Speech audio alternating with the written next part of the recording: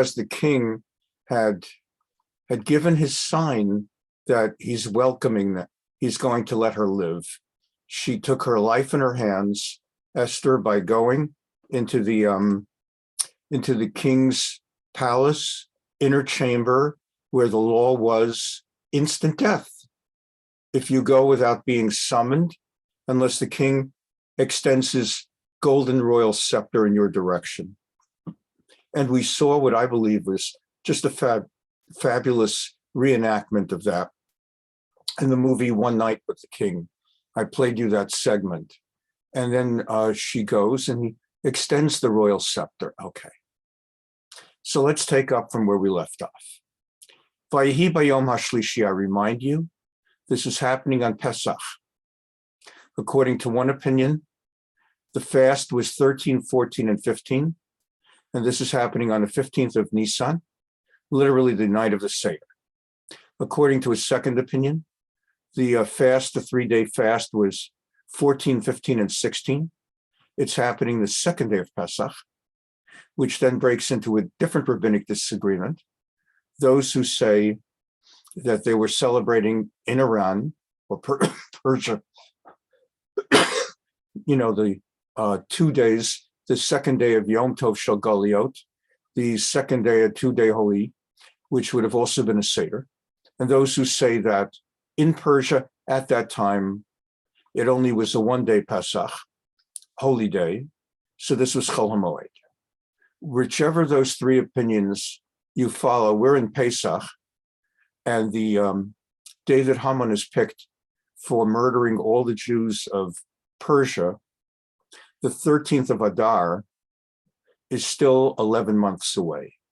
So there will be a whole year, but there's crisis. I always make references to politics, but in my Torah classes, I never take positions on politics. But I make references to politics because there are things in the news that often can be compared. So here, without, without my getting into the politics of Ukraine and Putin, I note how for about a month, it had been in the news for a month that Putin would be invading Ukraine. It's not like everyone woke up one morning, Putin invaded Ukraine. Again, I'm not taking sides and I'm not getting into it. For some other things, I've spoken out on it. But the idea being, everyone in the Ukraine knew it's coming. Everybody in the world knew it's coming. The allies on the West already had prepared all kinds of prospective sanctions. And yet they knew it's coming, but the Olympics went on. And clearly he waited until the end of the Olympics. This is what the Jews faced. They knew it's coming. Haman has gotten the king to sign onto an evil decree to wipe out all the Jews. They know it's coming. There is no doubt it's coming. And there's this so-called calm before the storm. But like for my 6th time to say it, they know it's coming. And just as Ukraine, a lot of people could have left but didn't leave. And now they're trying to get out.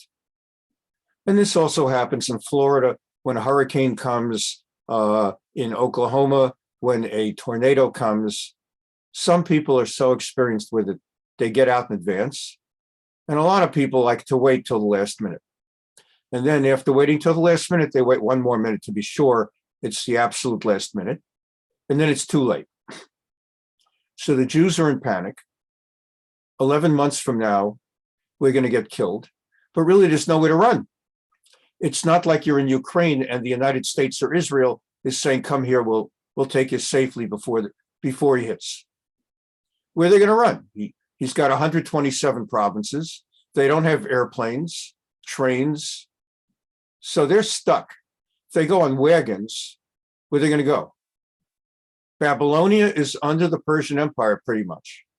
Remember, Babylonia had destroyed the Beit HaMikdash. There had been King Nebuchadnezzar, his son Evil Merodach. After that, there was Belshazzar. And then finally, Koresh, Cyrus of Persia, conquered. First Darius of Media conquered. Then Persia conquered under Cyrus. Where are you going to run? So the Jews are there. She meets the king. And when the king sees her, he extends the Sharbita Zahav, the golden scepter, and says, I'll give you up to half the kingdom. And I showed you last week how to understand it beyond the literal in the figurative. If you look at the map of Israel, he's willing to give her up to the half a kingdom, but not Jerusalem. And I showed you how the kingdom, basically the land of Israel, the Beit HaMikdash is in the middle. North of it, you start getting into Samaria. South of it, you start getting into the Negev. And the lands of Ephraim and Binyamin, which hold the Beit HaMikdash, and Yehuda, which has Beit Lechem and Hebron, it's in the middle. So I'll give you up to half the kingdom, but he will not allow the rebuilding of the Beit HaMikdash. He had stopped it. It had stopped under, what happened was Cyrus had allowed the rebuilding of the Beit HaMikdash until the Samaritans, the local non-Jews, petitioned the king Cyrus, Koresh, saying that you're going to make a big mistake if you let the Jews rebuild the Holy Temple. It'll take them away from paying taxes to your kingdom. And Cyrus stopped the building, though he had permitted initially the rebuilding. So he's all in all looked upon in the Bible, in the Tanakh, as a good guy who, under the influence of some bad people, the Shomronim, the Samaritans, stopped us. And then we remain stopped under Achashverosh.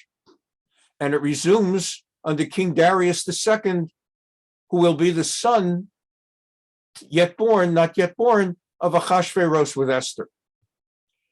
Thus, you'll actually end up having a Jewish guy in charge of that entire empire. History will not recognize it as such because they'll be focused on his having come from Artaxerxes, Achashverosh, not realizing that in our tradition, it also makes him a Jew by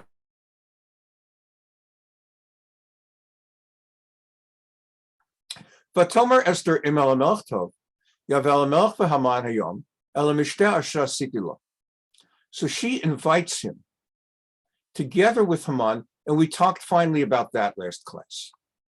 The suspicious interjection of Haman, what the heck is he doing in the middle of this invitation? Like Denise and I are going to have an anniversary. I gave the example. We're going to celebrate our anniversary. And I asked Denise, what would you like to do for an anniversary?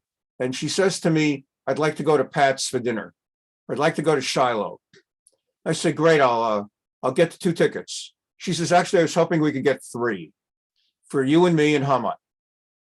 And okay, the name Haman has kind of coloration now as an evil guy. So let's take a neutral guy, John Doe. Okay, Dove, I'd love it if you could get those. When you get the tickets, can you get 3? 1 for you, 1 for me, and 1 for John Doe. Or we're celebrating my birthday. And Denise says, what would you like to do for your birthday? And I say, let's go to a play. Let's go to a musical. So she says, okay, I'll get tickets to Phantom, or I'll get tickets to Les Mis. I know you've only seen it 6 times. So I'll pick up 3 tickets for you, me, and John Doe. So the question is, why is John Doe getting invited to my anniversary, getting invited to my birthday? If you're inviting half the shul, I get it. But if you're not, so that's what she's doing. She actually, it's not in the text. You got to get it from me. You got to be a class. She's planting in the king's mind that she has something going on with Haman. And in that kind of business, namely tyrannical kings, they don't have elections every 4 years. When it's time to change kings, they assassinate. That's how you know the term is up. It's not like Biden knows that in November 2024, there's a new election. And he can sit and decide now, does he want to seek re-election? Again, I make references to politics without taking sides. And Kamala Harris can decide, does she want to be a candidate? And Buttigieg can decide, does she want to be a candidate? And on the other side of the aisle, Trump and DeSantis and Pence and those guys, they could decide, do they want to be candidates? It doesn't work like that in a kingship, in a monarchy. Basically, your term of office is until you either drop dead or you're assassinated, or sometimes both at the same time. So the king now has to start playing in the back of his mind, what's going on between the queen and Haman? I haven't seen the queen for 30 days. She made an approach to see me now. I extended the royal scepter. What's going on during the 30 days? You know, if the wife's got nothing to do, so I guess she can sit with a TV and watch movies. You can stream stuff on Amazon and Hulu and Netflix, and you can go and email and text. And what do you do in those days? You're the wife, the queen. You got nothing to do. You're in the palace. There is no smartphone. There is no electronics. There are no electronics. There's no electricity. There's nothing to stream. There's a limit on how many books they have, other than the King's Diary, which must make for fascinating reading. And consequently, she's got nothing to do. That's how a lot of queens end up getting in trouble, like in the movies like Henry VIII and Henry II. A lot of them end up losing their heads by getting involved in extramarital affairs with people who work in the palace because they have nothing to do. And then one day the king finds out and the two heads get chopped off, if they're lucky. And if they're not lucky, first they get quartered and then they're chopped off. So anyway, she's planting in the king's mind, something is going on with Haman.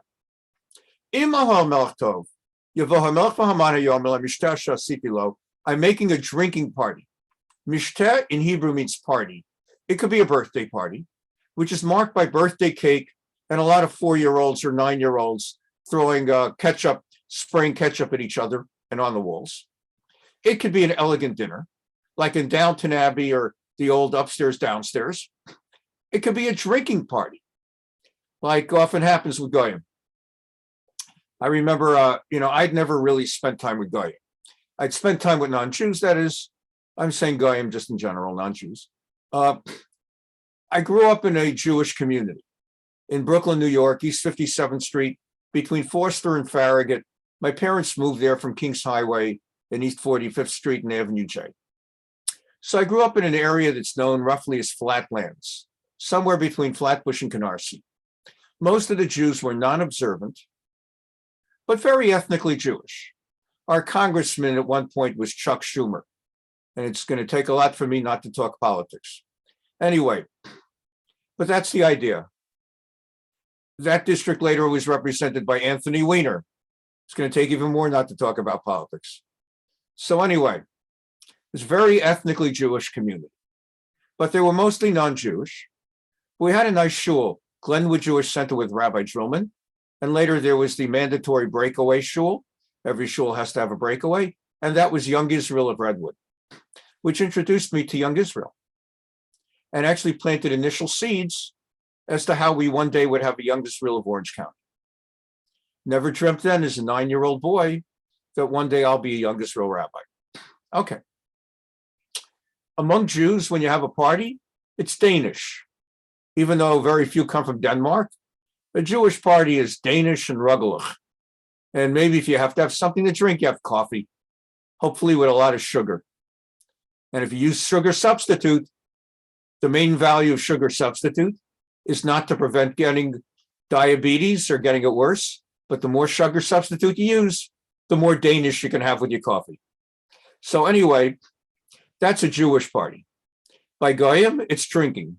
So when I started practicing law, after 10 years, I grew up as a Jew in Brooklyn. Then I go to yeshiva all my years, 12 years, yeshiva Rambam Elementary School for 8 years, 4 years of yeshiva high school. I went to BTA. And then I go to Columbia, meet my first Goyim, but I mostly hang around with the Jews. 10 years as a rabbi, after several years learning at REITs at Yeshiva University for smicha. And then suddenly I become a lawyer. I go to UCLA, get a law degree, and suddenly at Jones Day I'm with Goyim. And what a shock it is to the culture. I'd never been in that culture. I'd never been by Goyim. For example, every Friday, TGIF. Thank God it's Friday.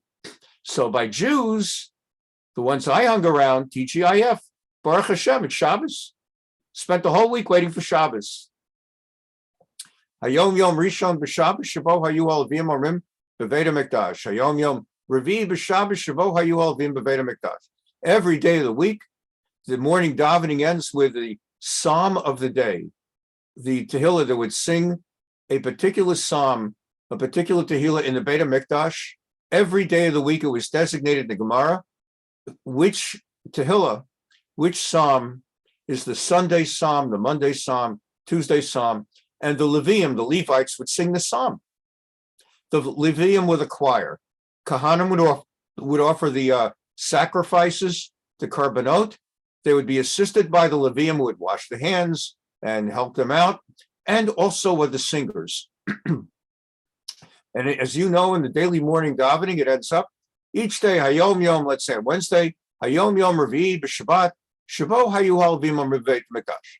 Today is the fourth day of the week on which the Levium, the Levites, would recite the following song.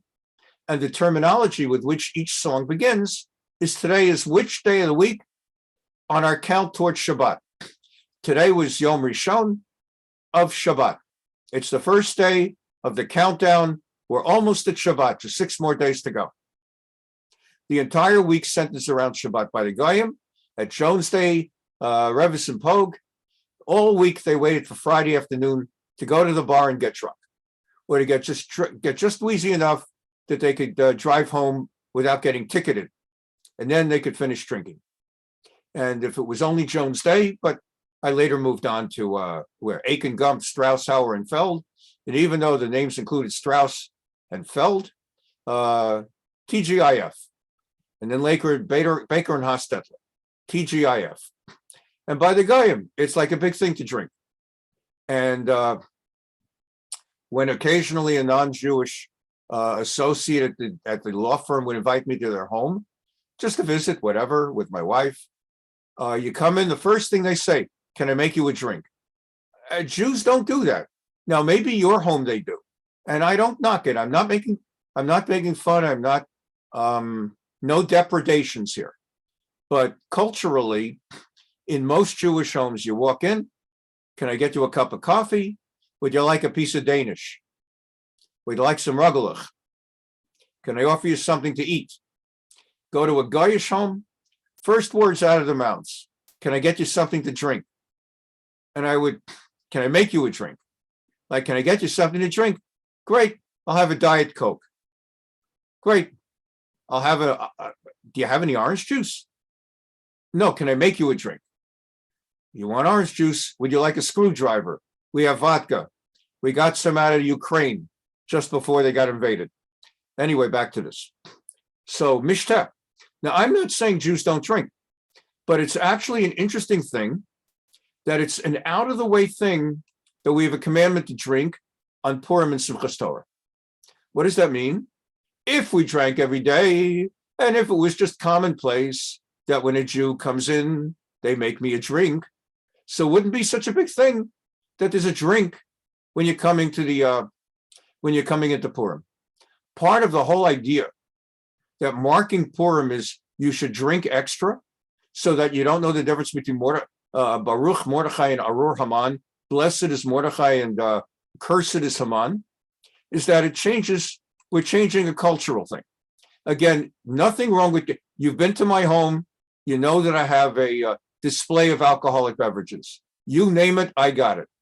Between what people have brought and what I've secured from different bar mitzvahs and weddings that I've had in my life, and since I don't drink much, so if I bring home a bottle of rum from a wedding that I've had or a bar mitzvah, so it's still there very often. But we have stuff. You know that because I clerked 1 year for Judge Boggs in Louisville, Kentucky, after law school, before I started practicing, when I clerked for him in the U.S. Court of Appeals for the Sixth Circuit. So for a year, I became culturally Kentuckian. and I consider it I consider Kentucky my other home away from home. I'm a New Yorker from Brooklyn, and I made much of my life in California, here in SoCal and Los Angeles, San Fernando Valley, and Irvine. And I spent a very, very formative year in my early 40s in Louisville. And so culturally, the Kentucky Derby is important to me. When Bob Baffert a year later is disqualified for 2 years, that's like news here in our home. Son of a gun, Bob Baffert has been disqualified from the Derby. Why do I tell you this? Because the first Shabbos in May, obviously it's Shabbos, I don't watch the Derby. I used to preset the VCR to watch it after Shabbos. Now I could simply go into YouTube. There's always someone that posts it. I can watch it after Shabbos. I don't bet on horses, but I culturally am interested in the Kentucky Derby. So anyway, Kentucky Derby is marked by an alcoholic beverage, mint juleps. It's primarily Maker's Mark or some other bourbon. You add a lot of sugar, which the Jewish part, that's a Jewish part of it. And then and you add a little, a couple of sprigs of mint. Okay. So with that as background, we have once a year, even in my home on Shabbos, where I start doling out alcoholic hard stuff. So amid that, let me jump this different way instead. Amid that, what I'll do is let's get back where we were into Esther 7, and I'll have alcohol. But as far as a regular thing, that's not a thing for Jews so much. Nevertheless, we do find a special mitzvah for drinking on Purim. And let's see an interesting Gemara about drinking on Purim. And then we go back to Parak H, chapter 5. In the Gemara Megillah, we've been learning, of course, just finished Baruch Hashem. This Thursday night, we just finished the Mishnayos of Megillah. We'll be starting Pesachim, Mirz Hashem, this coming Thursday night.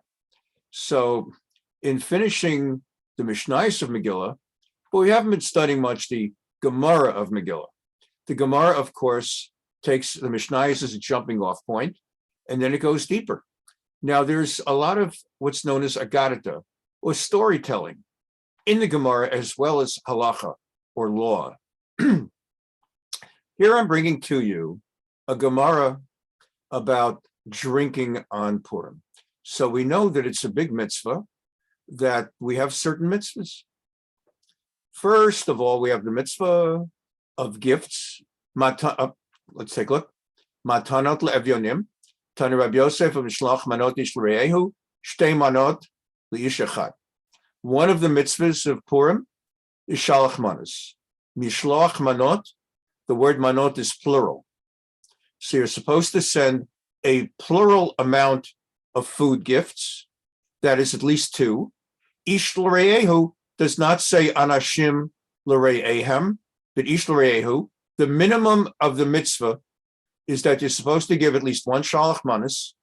You're supposed to send at least 1 food parcel that contains at least 2 foods.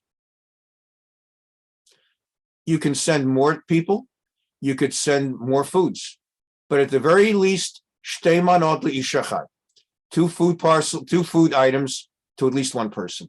Umatanot le'evyonim, matanot is plural, and you need to give gifts. Evyonim is plural, could have said matana, la'evyon. So you need to give at least 2 poor people. Gifts. Could be money gifts, could be food gifts. It's a little bit awkward for us here in this community. Everybody wants to give. We don't really know poor people so much in our Jewish community here in Irvine. So a lot of people fulfill the mitzvah by handing the money for me to give on your behalf. And I will tell you, I know of 1 or 2 or 3 or 4 poor people in Irvine, and it's a little bit awkward. You don't think of it. It's a little bit awkward for me as a rabbi because they don't want to be thought of as poor. They're members of our shul, and I know privately that their finances. And then when you're suddenly that's a big slap in the face if you don't do it just the right way. When the rabbi calls Purim time and says, I have a gift for you.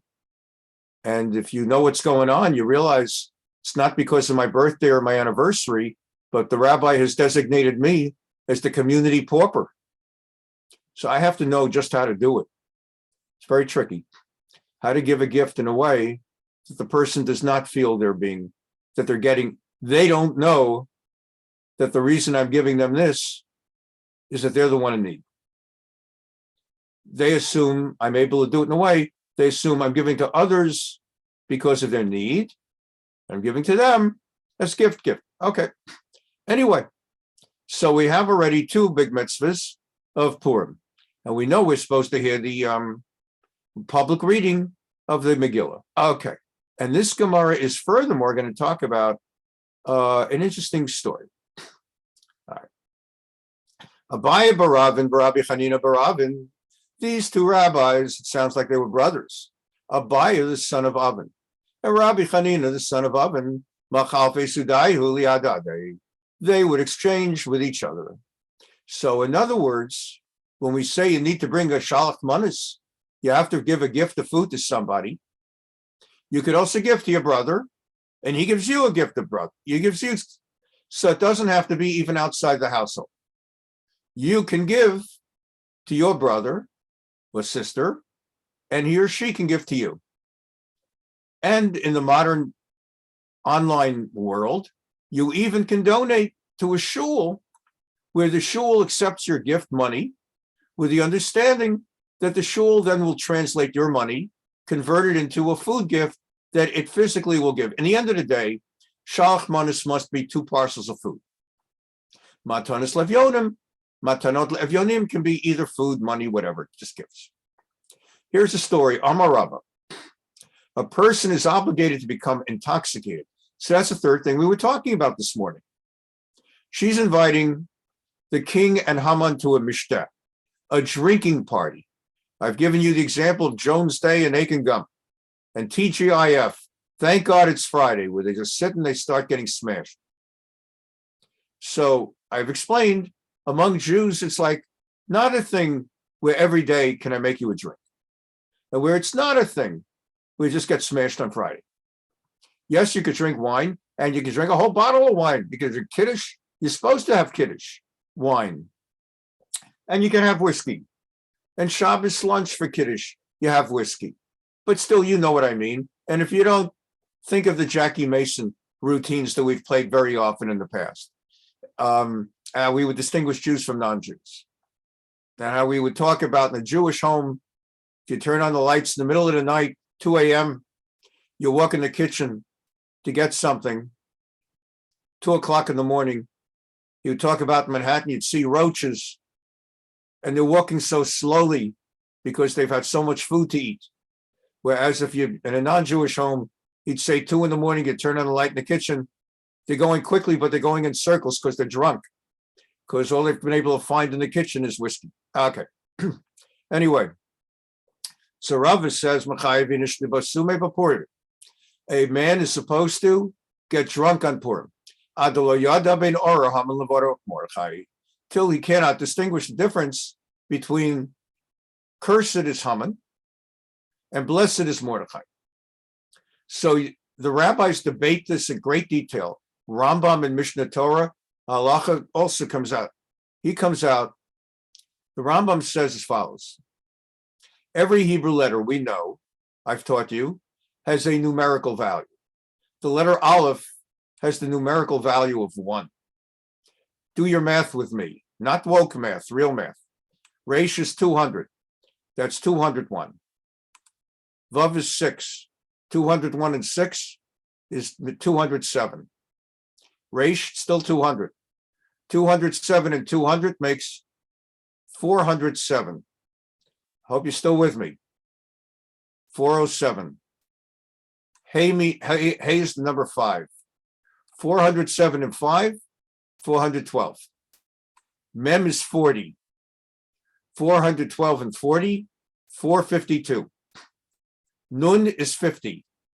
452 and 5, 502. Hold that number, 502. The words Arur Haman equal 502 in Gematria. Hold the number in your head, 502. Now we're going to go to Baruch Mordechai. Baruch, Beis is 2. Aleph, Beis is 2. Resh, it's still 200. 202. Vav is 6. How much is 202 plus 6? 208. Chaf is 20. How much is 208 and 20? 228. Mem is 40. It wasn't Haman. It hit 228 and 40, 268. Resh, still 200. 268 and 200, 468. Dalet is 4. Aleph, Beis, Gimel, Dalet. 468 and 4, 472. Chaf is 20. 472 and 20, 492. Yud is 10. 492 and 10, 502. What was the number I told you to hold on to? 502. Turns out the numerical value of the Hebrew letters of Arur Haman, cursed is Haman, equals the same amount as the numerical value of the letters in Baruch Mordechai, blessed is Mordechai. Rambam says you should drink enough so that you cannot do the math in your head. In other words, Rambam does not take the mitzvah of drinking alcohol on Purim as an excuse to get drunk, an excuse truly to get smashed, simply to have enough alcohol in your head that without taking pen and paper, you cannot do the calculation in your head that Arur Haman comes to 502 and Baruch Mordechai comes to 502, and you hold the number 502 in your head. And then there are other rabbis that say, no, don't be like Rambam, get smashed. Rabbi v'Rabbi Zera, Avadu Seudat Purim Bahadi Hadad. Gemara tells us, Megillah, page 7, folio 7b. One time the rabbi known as Rabbah got together with Rabbi Zera to have a Sudas Purim, reminding you again all the mitzvahs of Purim. So what are the mitzvahs of Purim? Shalach manis, you give a food parcel of at least 2 foods, okay, to at least one person. Then we said a second mitzvah of Purim is matanis levyonim, you give a gift of money or food to 2 poor people. A third mitzvah is you have to hear the Megillah read Purim night and Purim day. And now a fourth mitzvah is the Seudah. You're supposed to have a festive meal on Purim day. What about Purim night? You may. It's very lovely, but that's not the mitzvah. The mitzvah is not dafka to have a festive meal Purim night. We do when it's not a pandemic. We have a buffet and everything. But the big mitzvah is Purim day. Okay, fine. 4 mitzvahs. Shalach manis, gift to the poor, hear the public Megillah reading, and a Seudah. Okay. To which we add drinking alcohol. So the 2 rabbis got together for Seudah. And at the Seudah, they're going to get drunk. Ibasum, they got blasted. They drank, what's the big alcoholic drink in Israel? Arak. A-R-A-Q, I think, or A-R-A-K. It's spelled in Hebrew, ayin resh kuf, and it's like a licorice flavored whiskey. Kom Rabbah, shachte l'Rabbi Zera. Rabbah got so drunk, he murdered Rabbi Zera. He killed Rabbi Zera. So that's really drunk. Right? Remember Ed McMahon on Johnny Carson? How hot was it? How cold was it? How drunk was he? He killed Rabbi Zera. L'machar, when he sobered up, he saw Rabbi Zera is dead, right next to him. And he was able to do math again, so he put 1 and 1 together. He realized he killed Rabbi Zera. These were the days of the Gemara. The rabbis of the Talmud, the Amoraim, they were called, some of them had unusual power in their prayer. He prayed to God like crazy.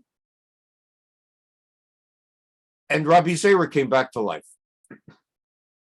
Lishana, a year later, Amar le nete mar v'navid sudat purim bahadi adad.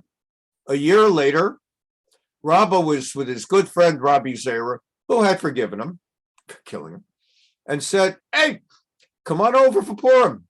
Let's have a festive meal." Omar Lei, Rabbi Zera responded, "Lo b'chol shaita v'shata mitrachish nisa." Not every year does God do a miracle. In other words, I'll pass this year. So we see there is a mitzvah to get drunk, or it could be a mitzvah to be inebriated enough that you're not able easily to do the math in your head, but you should not get so drunk that you kill somebody. And Amar Rava taught, Seudat Purim she'achala b'layla. What if you decided to have your poor feast on Purim night? Lo yatsa yedei chovato.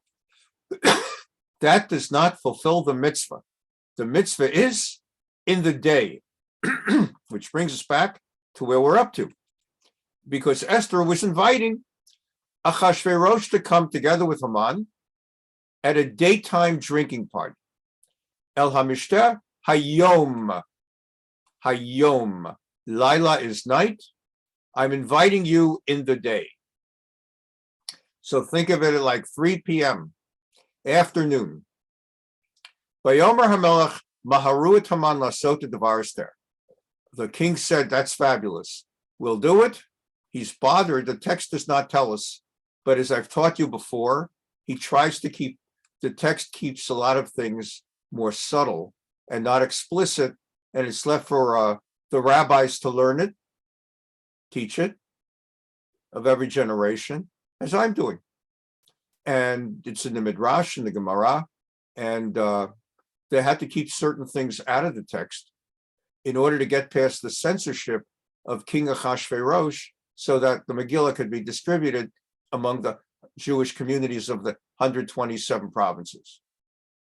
Had they been more explicit, and had it said the king is jealous, king is afraid he's going to be assassinated, it would not have gotten past the censors. So you have to know what's not written as well.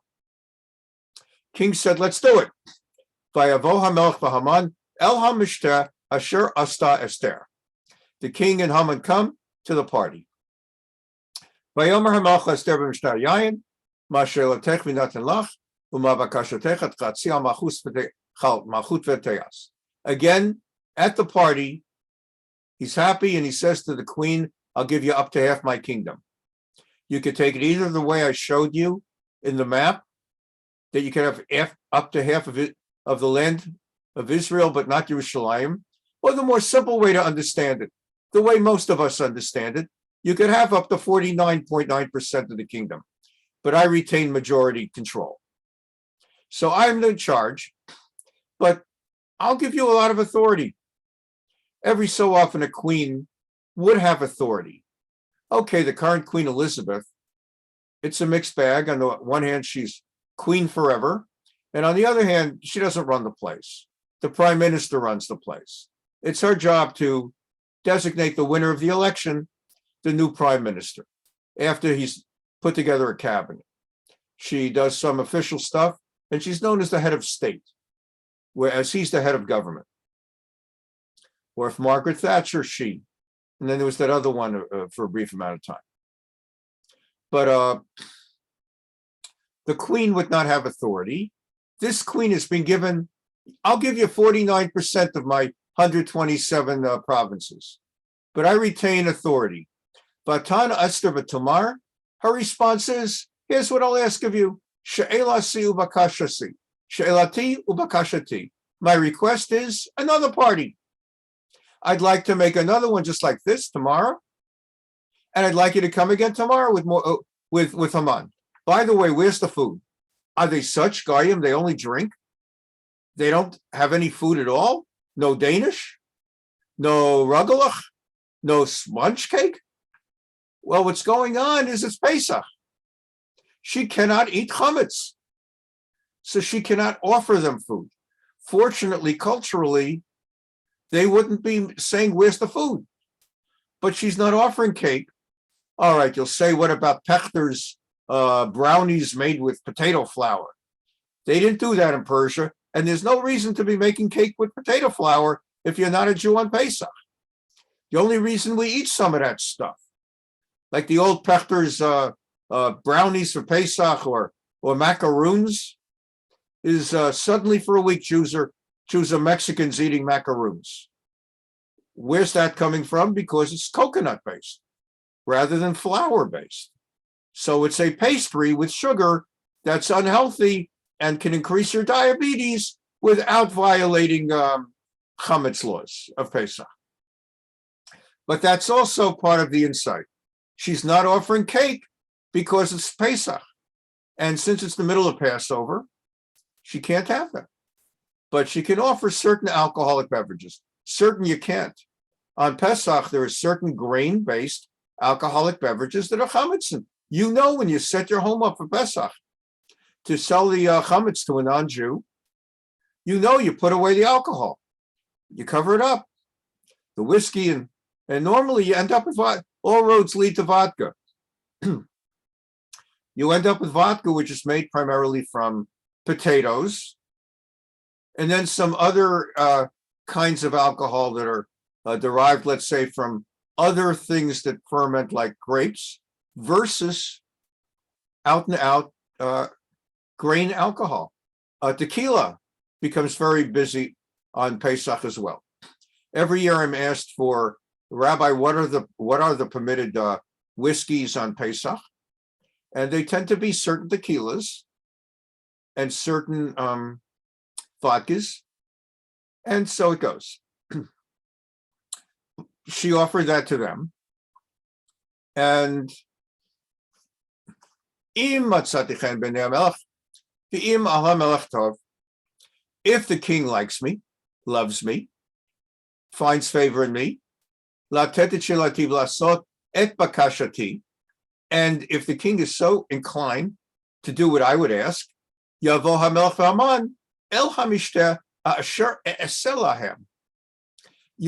Haman will come to yet another party that I'll make for you. And tomorrow, I'll tell you what else I'm up to. What's cooking, what's brewing on my mind. But let's give it another day. Why doesn't she tell him now? Because now she still wants him to be the one to brew. She wants him nervous and scared. What the heck is going on with her and Haman? It's as though, once again, to use an example, Denise and I were marking our anniversary, which we just did last month. We had been married on Palindrome Day, 1/21/21. It reads the same way, left, right, right, left. So whether you're Hebrew or English, it's easy to remember the date. If Denise had said for the anniversary, let's eat out. I'll make reservations for you and me and for John Doe. So that would bother me, be very strange. And normally it would not. I have a very good friend, Peter Koo. Denise knows him by now very well as well. We're good friends. He's someone I practiced law with for many years, of Chinese descent, and the Chinese Presbyterian, and we're very good friends. A long story we won't go into now. And we go to the restaurant. Once a year, Peter flies in from Seattle to spend the weekend with me. He got to know Rebbetzin Ellen Zechrona Livracha very, very well. Now he's gotten to know Denise. It would make sense that we're going to have a threesome for dinner, Denise and I with Peter. But for our anniversary, and if I'll say in my mind, I don't know, Peter was just in town from Seattle, so he came along, and then Denise were to say, tomorrow, let's go out again. And this will really be for anniversary. So I would say to myself, okay, now it all adds up. And then Denise would add a footnote. By the way, I've asked Peter to stay an extra day before going back to Seattle, so he could be with us for dinner again tomorrow night. So that would make less sense. What's cooking? What is going on? And for the king, who already has sustained one assassination attempt at least, when Bigtan and Teresh in chapter 2 were going to kill him until Mordechai overheard it and passed the word to Esther to tell the king. So he's had an actual bona fide assassination attempt. It's not just paranoia. The comedian Mort Saul in the 1960s made the comment, all because I'm a paranoid does not mean they're not out to get me. And so the king, paranoia and otherwise, is really trying to figure out what the heck is going on here now. So this makes it difficult, and have that in your background understanding of what suddenly prompts, and she's playing on his mind. She is breaking him from Haman. Here, Haman was his number two. Haman wants to wipe out all the Jews. He had no hesitation as a king to give his stamp of approval. She is trying to place now something in his mind to create a rift to get him away from Haman and to become persuaded that Haman is planning to assassinate him along with the queen. Okay. So Haman is like, oh, wow. Wow. I mean, I don't even know what this is all, because he doesn't know what's in her head. All he knows is that he's getting invited to all these private parties, king, queen, and he. It's as though you got invited to, well, again, keeping the politics out of it. But it's like Joe Biden and Jill Biden are saying, we're having a little private party and we'd like you to join us. That alone blows your mind. Or Donald Trump and Melania, or George Bush and whichever wife, depending on whichever Bush, or Barack Obama and Michelle. Please be the guests of us. And you show up, and there's no, you figure there'll be like 700 people there. Like you're invited to the White House for the Hanukkah menorah lighting. So you think, wow, I got invited to the menorah lighting in the Hanukkah in the White House. Wow. And then you get there, there's like 700 people. They basically invited the leader of every Jewish organization, plus the number 2, the number 3, and the number 14. So it's not quite what it felt like. Imagine you're the only other one. Next thing you know, you're sleeping in a Lincoln bedroom. And you don't even have to pay. And so for Haman, he's thrilled.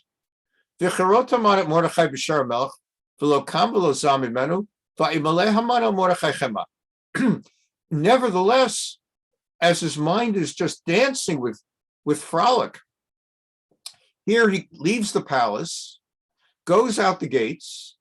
Mordechai always is at the gates.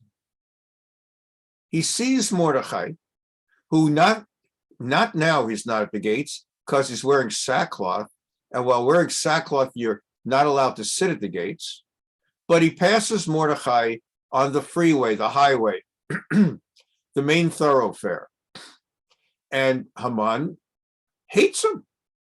And Mordechai won't bow to him. We've talked about it many times.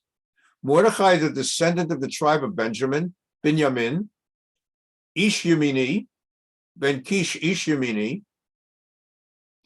Mordechai comes from the tribe who does not bow ever, because in the Torah, when Yaakov Avinu, Jacob, was returning from the house of Lavan, his father-in-law, also his uncle, by virtue of Lavan being the brother of Rivka, mother Rivka. So when Yitzchak and Rivka had sent Yaakov to flee when Esav wanted to kill him, and Yaakov flees, ends up meeting Rachel and Leah, marrying both. So his uncle suddenly becomes also his father-in-law. And later he turns around to go back to reconnect with his father, Yitzchak, with his family. But they have to get past Mount Seir, where Esav is based, and he's concerned Esav may want to kill him, despite the passage of 20 years' time. And it turns out Esav no longer wants to kill him. So anyway, as they encounter Esav, they all bow down to him. But one tribe sets 11 kids bowing down, plus the daughter Dinah. But Benjamin doesn't bow down because Benjamin has not yet been born. He later will be born on the road to Ephrat near Beit Lechem, where Rachel will die in childbirth. Hence, Kever Rachel separate from all our other matriarchs and patriarchs. In Bethlehem, Kever Rachel, the Rachel tomb in Bethlehem, separate from Me'arat HaMachpelah, the cave of Machpelah in Hebron, where Abraham and Sarah, Yitzchak and Rivka, Yaakov and Leah, those six are buried. Okay. So Mordechai does not bow. And now Haman, here he is filled with joy, suddenly sees Mordechai, it overwhelms him. Vayatapek Haman, he holds it in, Vayavo beto, and he goes home, Vayashlach vayavei et ohavav yetzeresh ishto, he brings all his friends, his neighbors, his closest friends, he wants to brag to them, as well as to his wife. Vayasaper Haman et kavod ashro v'rav banav. He starts bragging. He starts bragging, I am so rich. He is. He's when you get to be number 2 in the kingdom, you get to be rich. It's like you start off poor, and somehow in politics, the right people get rich. The Obamas couldn't afford to buy a house. Then they got into politics. They got friendly with Resco. Resco helped them buy a house. Suddenly they're homeowners. After Resco made them rich, they stayed. Now Obama is one of the richest people in the world. Every time he writes his memoirs or Michelle, they're fabulously wealthy people now. They have a house out in Martha's Vineyard, and they're rich. And that's with all the presidents. Joe Biden, the wealth of that family, Hunter getting $50,000 a month to be on the Burisma board, doesn't know the first thing about Ukraine or energy. I mean, that's it. When you get into politics, you get rich. So by now, Haman is rich. So he's got great wealth. And he has sons, and they're all growing up to become chips off the old block, anti-Semites. The Asher, the Kol Asher Gidlo HaMelech, the Asher Niso. And he's telling them, look how great I am. I'm making my own party just to brag on. I have to have people to brag to about, look what I've become. I'm the most important cabinet member. Vayomer Haman, Aflo Hivia Esther Malka, Im Hamelech Alamishta Sharsata, Kimoti, and the queen. She makes these private parties for the king.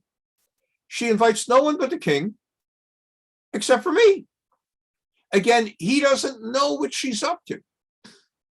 The king now has it bothering him that some plot is brewing between the queen and Haman to assassinate him, for Haman to become the new king, and the queen will stay in place, sort of like Hamlet.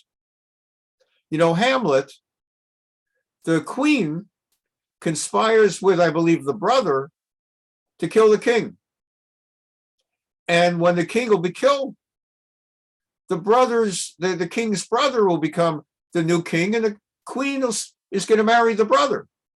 That's what leads Hamlet to his famous soliloquy, to be or not to be. That is the question. In other words, should I do something? Should I prevent this? So here, but Haman doesn't know what's cooking. Vayomer Haman tells them everything going on. Look at this anti-Semite. Ask yourself, if you were a gazillionaire and your kids are coming out just the way you want, which is no easy path, today's world especially, you kill yourself for 12 years to raise your kids, rear them with certain values, then you send them off to college. God forbid what the colleges do to the kids. Brainwash them in all the garbage in today's culture, the coarseness of today's culture. They take a beautiful child who's been molded for 12 years to be a Ben Torah or a Bas Torah, someone who's got Jewish values, Judaic values. 4 years, some of them get ruined. That's why many parents after yeshiva high school, notwithstanding having put the kids 12 years in yeshiva, they send them off to Israel for another year or two, for a gap year in Eretz Israel. Even that's no longer a guarantee, but it helps. antibodies with a booster. So here's Haman. He's got all this wealth, all these kids. He says, despite all of that, it's all negated by this one damn Jew who won't bow for me. It drives me crazy. Einenu shoveli b'choleit asher ani ro'eh et Mordechai hayudi yoshev b'shar hamelech. None of it means anything to me. Despite my wealth and my kids, every time I see that damn Jew, Mordechai. By the way, it doesn't just say Mordechai. It says Mordechai HaYehudi. They all know which Mordechai, no? But he's specifying the damn Jew. It's always the Jew. But Tomer lo zeresh ishto. So the wife says, and she's seconded by all of the neighbors and friends. You know, you're never going to have peace of mind till you kill that Jew. Sounds like you can't wait 11 months. You know that in the 13th of Adar, right? It's January. Imagine it's January 13th, or now it's already April 13th. So imagine it's April 13th because it's Pesach, and that's the 4th month of the year. And in Adar, which is the 3rd month of the following year, next March. So it's April. Next March, you're killing out all the Jews. It's only 11 more months. We'll be dead. You can't wait. So set up a gallows now. Set up a tree, a big, tall tree, and set up a gallows and kill him. So Haman likes the idea, but he doesn't have the authority to go through with the execution until the king gives him an okay. So he said, but that should be no problem. He doesn't know nobody knows yet that Esther's a Jew, because under Mordechai's instructions, Lo higida Esther et ama v'yat moladata. She has not disclosed her nation and her heritage. So no one knows she's a Jew. She's just one more Persian. And everyone knows Mordechai's a Jew, and no one imagines they're related, except for Esther's innermost advisor, Hatach, whom some identify as Daniel, from Daniel and Liars then. We explained that in the past. Other than that, no one knows. So there's no ostensible reason the king would say no if he wants to kill some Jew. The last time he asked the Jew, can I kill it all? He asked the king, can I kill it all the Jews? King said, here's my ring, stamp it, go kill all the Jews. What do I need Jews? So if I don't need Jews, why would I need a particular Jew? So just go get his okay. You can't just go hanging people. But Tomer lo zeresh ishto b'chol avav, yasu eitz gavoah 50 amah, get yourself a tree 50 cubits high, uvaboker amor lamelech, and tomorrow morning, go see the king, v'yatlu et Mordechai alav, and get the okay, and hang Mordechai. You don't have to wait 11 months. Uvo, and do it on the way to the party. Uvo memelech al mishteh sameach. That way you can enjoy the party. You'll have a good time. And Haman decides that's not bad. That's a pretty good idea. So I'll set up a tree. So he sets up a gallows. Okay. Chapter 6. Balayla hahu nadada shnat hamelech. Meanwhile, back at the ranch, or more specifically, back in the palace, king can't sleep. Tomorrow might be his last day of life. The king is concerned. Tomorrow there's a party. I may be getting assassinated. I don't know what the heck is going on. It may be nothing. It may just be in my head. I cannot preemptively have. How can I preemptively have the queen killed? Maybe she means nothing by it. I don't know what's going on, but I can't sleep. And that's the reason he can't sleep. How does he go to sleep? Today you take sleeping aids, some pill, maybe drink a little bit. Why he doesn't go for the alcohol, I don't know. Vayomer lahavi et sefer hasichrono, divrei hayamim, vayihu nikraim l'fnei hamelech. He says, I'd like somebody to bring out my diary. There was a book, Kings kept, a book of chronicles. For those who keep diaries, or just a daily record of what you've done. I do that to this day. Part of it was from my 10 years of lawyering. I had to create a document every day of how many minutes I spent on every case, because that's how you bill the client based on the amount of billable hours.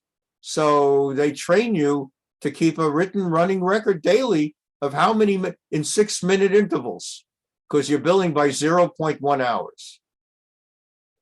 So I've continued not like that. That's one of the things I hated about being a lawyer. I hated having to document every minute. It just, I understood it's like no other way to be fair. What percentage of Fisher's day was spent litigating this case? What percent was spent litigating that case? But if you have to bill, a lot of us can't take it. That drives us out of the field. It's just crazy because you're trying to be productive and you're just not thinking about billing, and I hated it. Anyway, I keep a running record daily, so I shouldn't be lazy. I should know that I've had a full day every day. I shouldn't think, boy, that was a productive day, and then look back and see that I did nothing all day. All I did was one phone call, or I taught one class. I have to be able for myself, call me a workaholic, whatever you like. I have to justify that every day's got to be a good 10, 12 hours of productive writing and speaking and reading and teaching and learning. Okay. So the king keeps a chronicle, probably does not write it himself, has a scribe who writes it. In a moment like this, he can't sleep. Read me my diary, read me my chronicles. Not yesterday, that's not interesting, but from 20 years ago. I'd like to know what's been going on in my life. Makes for fun, interesting reading. Why should I hear someone else's biography? Mine is good enough. By Mesekhet Tractate Asher higid Mordechai al biktanav v'teresh. Shnei sarisei hamelech mishomrei hasaf asher bikshu lishlach yad b'melech Achashverosh. By God's miracle, everything in this story can be seen as simply the natural unfolding of events that has nothing to do with God, just a natural course of events. Just so happens the king gets drunk, wants his wife to show up naked. Just so happens she says no. Just so happens he has her killed. Just so happens, it makes sense. Gets lonely, wants a new queen. Where's he going to find a queen? He's not going to go on. They didn't have like Tinder. I don't know what do they have now? The thing with the 21 or 31 ways that you match, match.com or whatever it's called.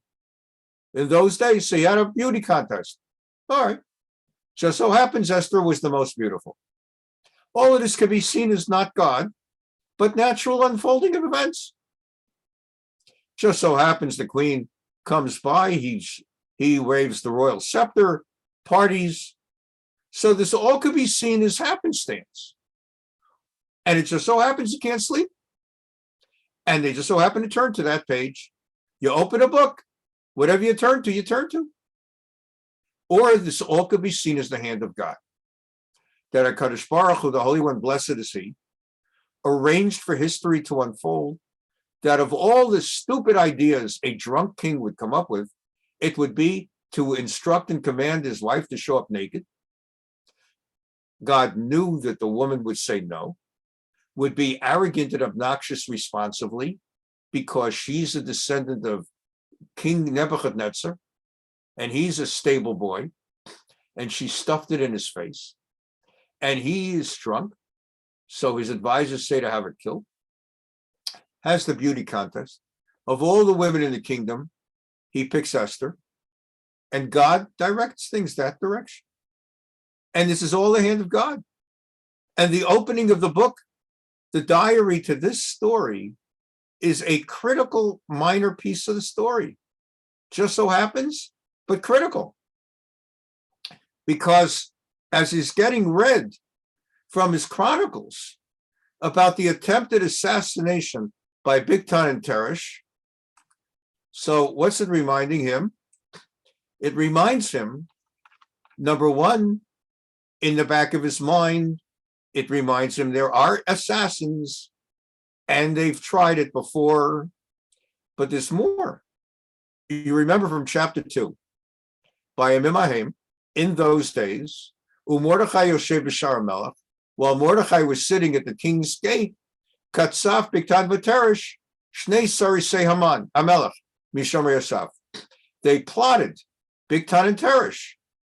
By Vakshu L'Shloch Yab Melech Hashverosh, they plotted their assassination.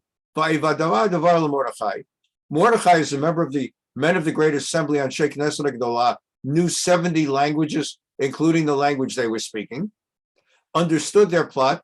By Agedla Esther Amalka, he told Queen Esther, Vatomer Esther Lamelech B'Shem Mordechai.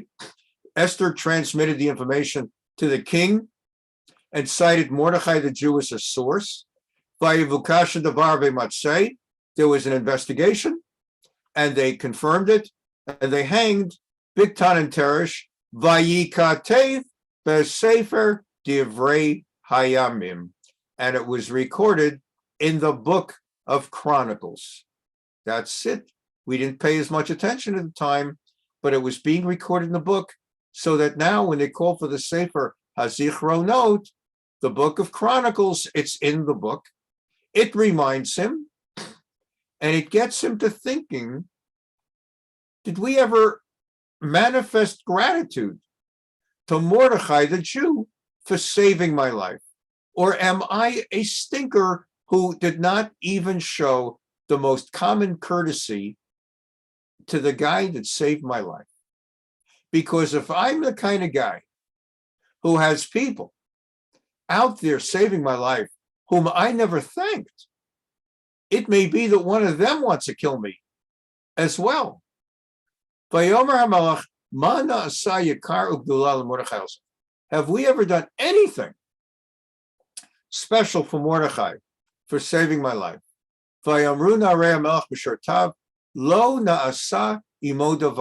Not a doggone thing ever was done to thank Mordechai for saving your life. Wow. At that moment, there's rustling in the courtyard. Now, the wife and neighbors had said to Haman, go to the king in the morning, Baboker. Don't bother him at night. They said, Uva Boker, Emor Lamelech, come tomorrow morning, ask the king if you can go and hang Mordechai. He couldn't wait. He was so excited, Haman, that at night he figured, I think the king will still be up. King should have been asleep. The only reason the king is up is because he thinks Haman wants to kill him. Maybe. Now he hears rustling in the backyard. There's rustling in the courtyard. What's going on? So he says, Mi bechatzer. Who's in the courtyard? V'Haman ba lechatzer ben hamelech hachitzon ali mor lamelech l'dlot Mordechai eitz asher chimlo. And Haman is in the courtyard to come ask the king permission to hang Mordechai. Meanwhile, in the king's mind, query whether it's putting into the king's mind that Haman is coming to kill me now. In my sleep, I'll be asleep. Haman will come to the palace. They always let him in. He's number 2. It's like, I don't know, vice president. So the vice president, Joe Biden, he wants to see Obama. Mike Pence wants to see Trump. Dick Cheney wants to see the other Bush. Or Dan Quayle wants to see the other Bush. Or Al Gore wants to see Bill Clinton. So each one has, whatever their setup is, when the vice president gets access. But it's not like they suddenly rush out the Secret Service. Al Gore walked into the White House. Is an assassination attempt. It's understood. Al Gore and Clinton, this one's from Tennessee, this one's from Arkansas. They have a lot in common. And the same thing with the others. Cheney and with the Bushes, they go back to when Cheney was, I think, defense secretary under the father. So these guys go back with each other. So the king is thinking, Haman in the courtyard, he's going to slip right through. They will bring him into my inner chamber. No one's going to be suspicious or check him for weapons. He may be coming to kill me tonight. It may be that tomorrow's wine party is only going to be he and Esther. So he's really concerned. Haman doesn't know what's going to King's mind. Haman's just looking for permission to kill Mordechai. They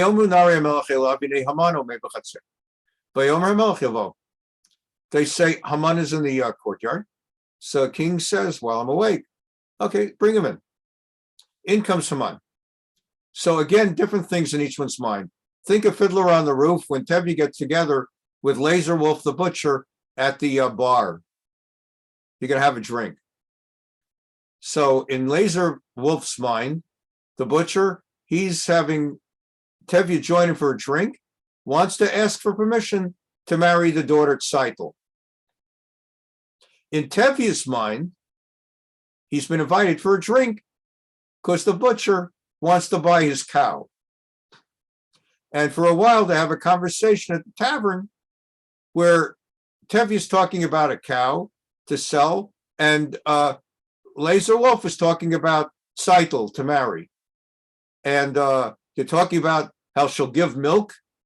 And it's very funny because each one has no idea what the other one's talking about, but the text, the words could apply either way. So here, likewise, they're talking about two different things. The king has in mind that Haman wants to kill me. Haman has in mind, I want permission to kill Mordechai. And they have a conversation. And the king says, Ma lasot be'ish asher hamelech hafetz b'karov. I'd like to ask you, I don't want to give away who it is. The king says, but there's someone in the kingdom I really want to give. I want to give the works the biggest honor imaginable. But I don't want to tell you who I have in mind. And Haman in his mind is thinking, who could the king want more than I? Who could the king want more than me to be decked with glory? He obviously has me in mind, whereas the king has Mordechai in mind. Vayomer Haman belibo. Haman in his mind, in his heart, is thinking, who would the king want? So Haman is thinking, what would I like? How would I like the king? You know, some people are hard to get gifts for.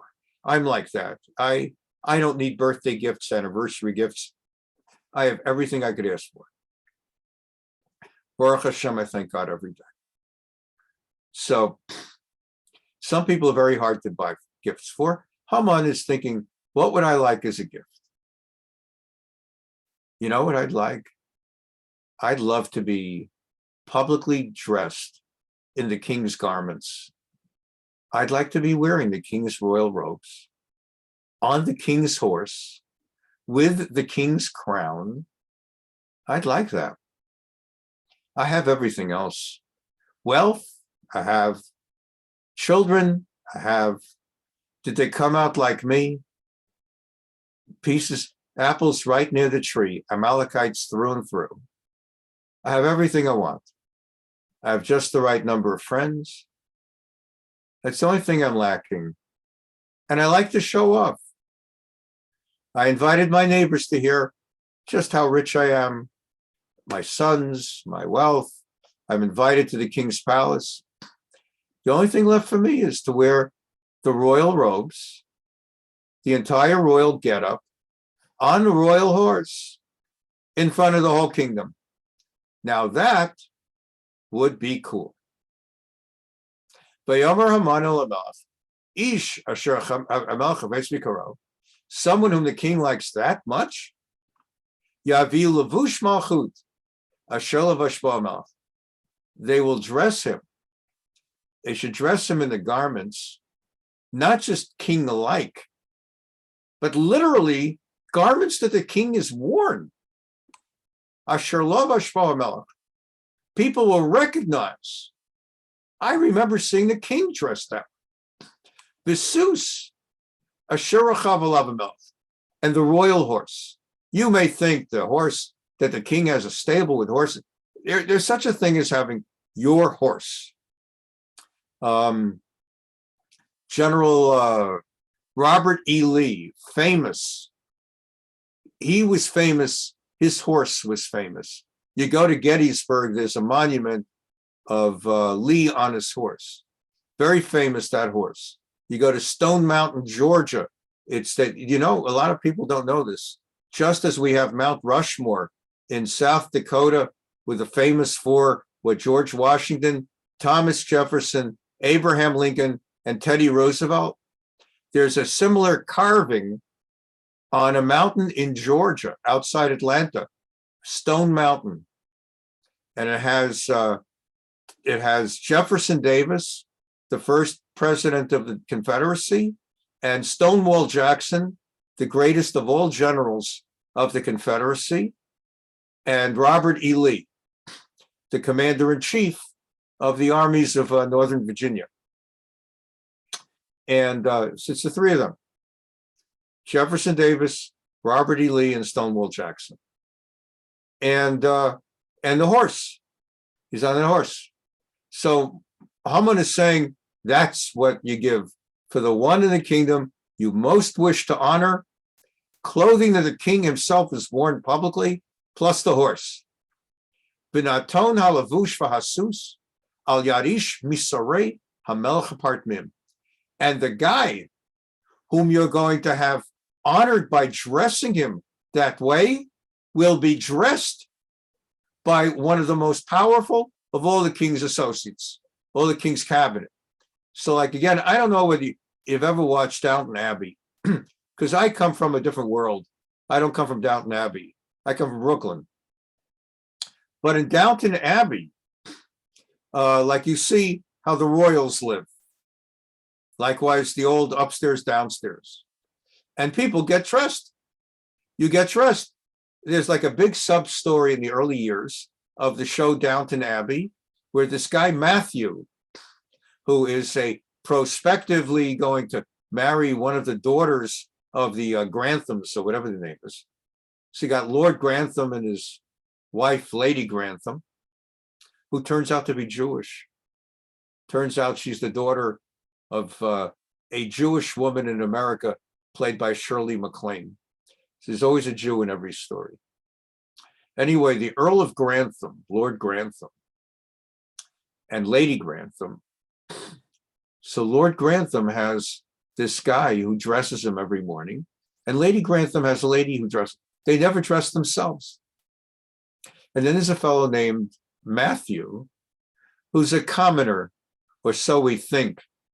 If you haven't seen it by now, I'm not feeling guilty for this spoiler. Anyway, so Matthew is a regular guy, and he likes being a regular guy. He's not looking for royalty. He has contempt for royalty. But he's like someone in line to marry this particular daughter. All right. So because he's in line to marry that daughter from the Granthams, they assign him a guy to dress him. But he doesn't, he wants to dress himself. I don't need somebody to button my shirt. I don't need somebody to put on my cufflinks. I don't want that. I'll dress myself. And he sees over time that the guy who has been assigned to dress him, if you don't let this guy dress you, this guy has nothing to do. You are threatening that guy's parnasa, that guy's income, because he exists to dress you. So in your mind, it's beneath him to dress you, but it's actually a great honor. It's also a source of income. So you have to see it from his perspective. So this is what Haman is saying. I want to be dressed by a dresser. I don't want to, that's the greatest honor, to take the king's clothes, king's horse, and that guy, have the guy dressed by a guy who would be dressing the king. Ish misarei v'hilbishu et aish asher hamelech havetz bikaro v'herkivu al tzutz berchov ha'ir, and that dresser will dress him. So the guy is now decked out, bedecked in royal garmentry, and you'll put him on the royal horse, lead him down the main street, the main drag. If it's New York, down Broadway to Times Square. If it's out here in Irvine, up Jamboree or down Michelson or Culver. If it's LA, think of Wilshire. If it's in Eretz Yisrael, think of Rehov HaMelech George, King George Street. In Yerushalayim, think of Collins Boulevard, I believe it is, in Miami Beach.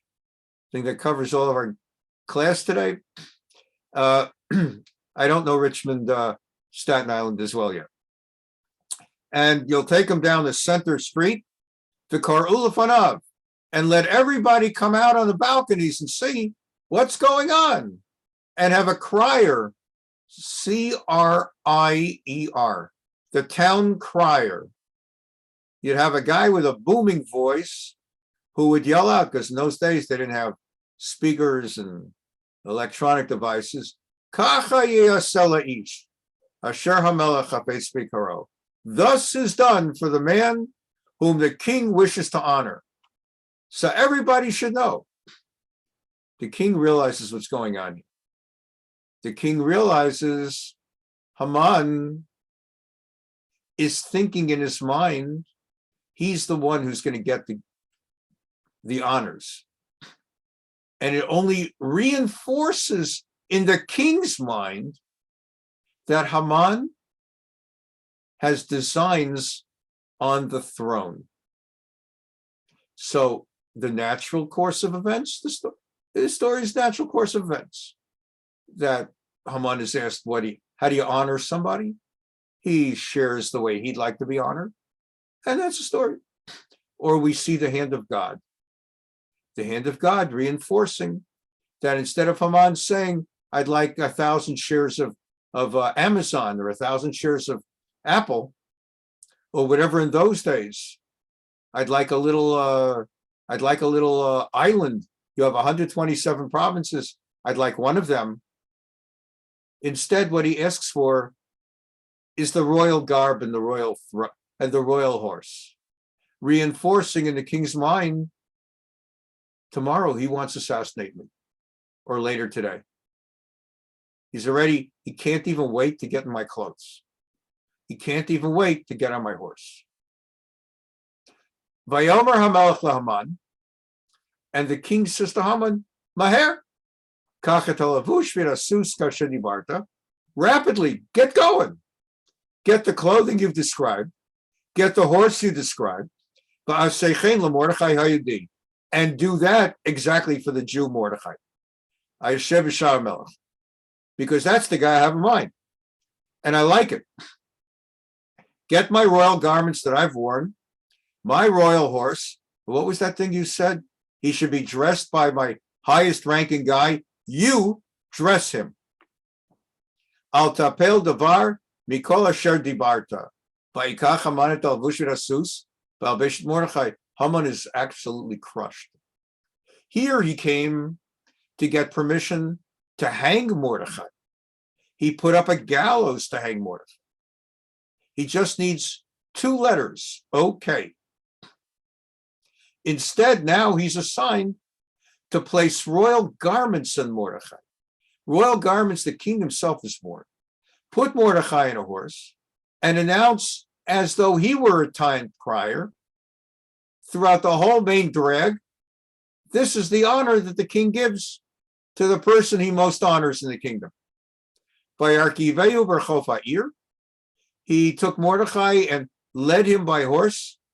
How do you lead by horse? It means you're standing on the street, holding the horse by its nose with that little muzzle and the reins.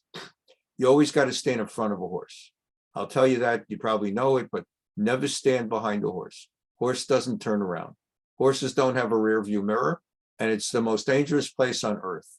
Anyone standing behind a horse is asking to get kicked in the face with a horseshoe. I know a woman and did that, a really not a good situation. Hit her in the bone of the eyebrow, skull, not a good situation. Never stand behind a horse. Very safe to stand in front of a horse. So anyway, he puts Mordechai, he dresses him in the royal outfit. He puts him on the horse, leads him down the street, Vayikra lefanav, and he, as a town crier, Kach hayaseh la'ish, asher hamelech hafetz bikaro. And he does exactly what he said. Kach hayaseh la'ish, asher hamelech hafetz bikaro. This is the way it is done for the man whom the king wishes to honor. This is what is done for the man whom the king wishes to honor. And Mordechai doesn't know it's him. On the one hand, this king and this Haman in 11 months is going to kill us all out.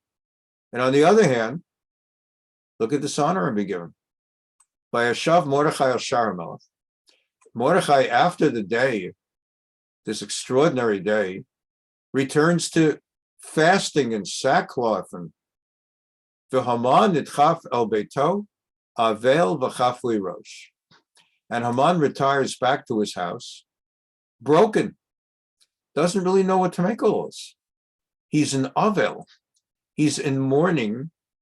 His head is covered in mourning. He doesn't know what to make of this. So we'll finish the last two verses of chapter 6, and in Yetzer Hashem next week we'll begin with chapter 7. Vayasipur Haman l'zer shishto ulachol ohavav ekol asher karahu. Haman gathers together yesterday's group, the people to whom he was bragging about his wealth and his sons, and everything's great. The only problem is Haman is Mordechai the Jew. They had recommended he build a gallows in order to hang him, and now he updates them. Now what do I do? Vayomru lo chachama v'zer shto, and his friends and wife say, yeah, this is different. Imizera hayu de Mordechai asher hachilotal in polafanav lo tuchal lo ki nafalti polafanav. You got a problem. You got a big problem, because it is different from what we thought yesterday. It sounds like Mordechai is on the ascent, and you will fall before him rather than taking him down. Now, had Haman had a little bit of time right now to ruminate and think through the ramifications, he might have set a plan. But before he even has time to think, Odam medabrim imo, this God's hand. It just looks like natural course of events, but it's the hand of God. While they were still speaking with him, before he even has time to think through that he's got a problem, he's in peril. V'sarisei hamelech higiu v'yafilu havid Haman el mishteh asher asta Esther. The eunuchs of the king, his messengers, arrived to bring Haman to the second day's feast that Esther has put together. And that brings our class for today to an end. Let me first of all stop the recording, and then if anybody has a question or comment, I welcome it. Go ahead.